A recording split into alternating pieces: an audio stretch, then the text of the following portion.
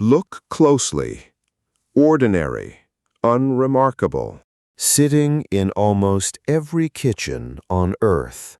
and yet no other substance has reshaped the human world so completely. It built empires. It emptied continents. It rewrote the human body itself. For most of history, this was rarer than silver, sold by the spoonful as medicine. 12.5 million people were forced to cross an ocean. The majority of them were sent to make it. This is the history of sugar. It begins 10,000 years ago on an island in the Pacific. New Guinea. A thick, fibrous grass grows in the wet lowlands. People chew the stalk raw. The juice inside is startlingly sweet. Sweetness that could be planted. Sweetness that could be owned. And in India, around the 4th century, someone solves a problem. So they boil it down and cool it until it does something remarkable. It crystallizes. Sweetness becomes a solid, a grain you can carry 1,000 miles. Shakara, in Persian, shakar, in Arabic, sukar, and finally, in English, sugar. Arab agriculture carries the cane west. Persia, Egypt, Sicily, Spain. Wherever it goes, it demands the same 3 things: heat, water, and an enormous amount of human labor. When crusaders reach the Levant, they meet it for the first time. They have no word for it, so they call it sweet salt. Not a food, a drug. Apothecaries prescribe it for fevers, for coughs, for a failing stomach.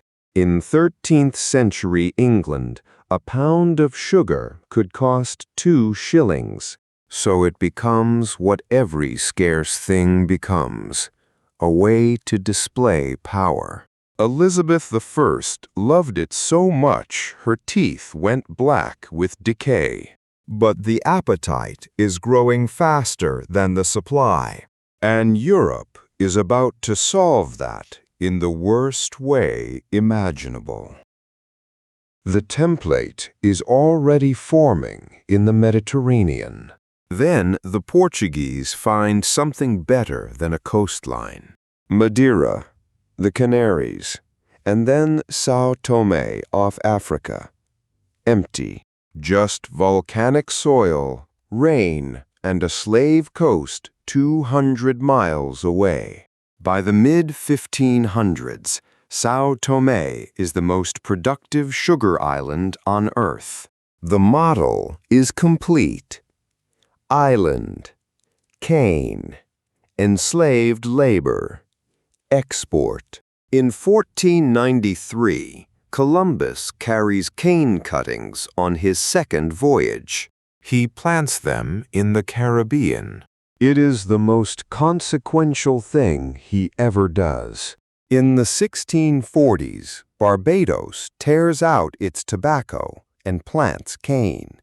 Within a generation, it is the richest English colony in the world. And this is where the story stops being about food. A sugar plantation is not a farm. It is a factory. Cane must be crushed within hours of cutting, or the juice is worthless. So the mill never stops, and neither do the people feeding it. In the boiling house, the heat is unbearable. Vats of syrup at a rolling boil. The rollers are the worst of it. If a hand is caught, the mill cannot be stopped in time. So a hatchet is kept beside the machine, not to free the arm, to remove it. The death rate is so high these populations do not replace themselves. They shrink every single year. The answer is not to change the conditions. It is to buy more people. Roughly 12.5 million Africans are forced onto ships.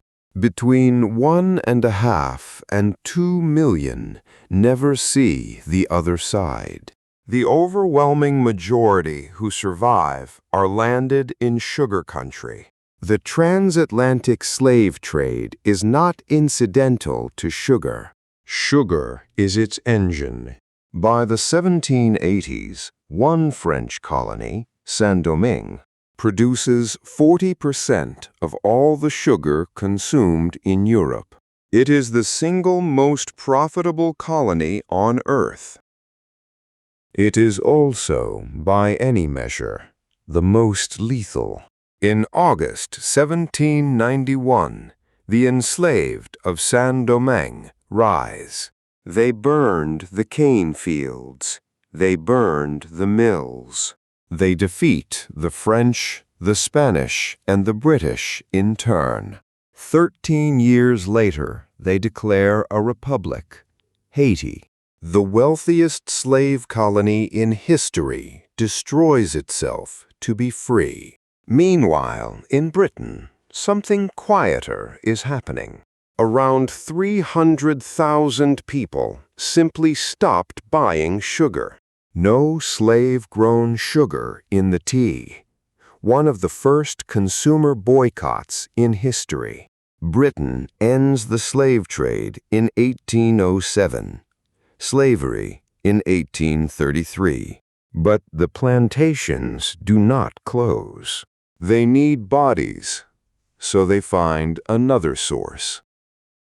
Over 1 million indentured laborers, most of them from India. It is why there are Indian communities on Caribbean islands today. Then a German chemist changes everything without leaving his laboratory. In 1747, Andreas Marggraf finds the same sugar in a beet. When Napoleon's blockade cuts France off from cane, the beet industry explodes, and the price begins to fall, and fall, and fall. In 1700, the average English person ate 4 pounds of sugar a year. By 1800, 18 pounds. By 1900, 90 pounds. The luxury of kings had become the fuel of the working poor. And then the human body started sending back the bill. By the 1960s, researchers are pointing at sugar and heart disease. In 1967, the Sugar Research Foundation quietly pays 3 Harvard scientists. Their review appears in the New England Journal of Medicine. Its conclusion: the real culprit is fat. The funding is not disclosed. That review helped steer half a century of dietary advice. The world goes low-fat, and low-fat products are sweetened to compensate. The payment was only uncovered in 2016 in archived documents. By then, the argument was over. Sugar had won.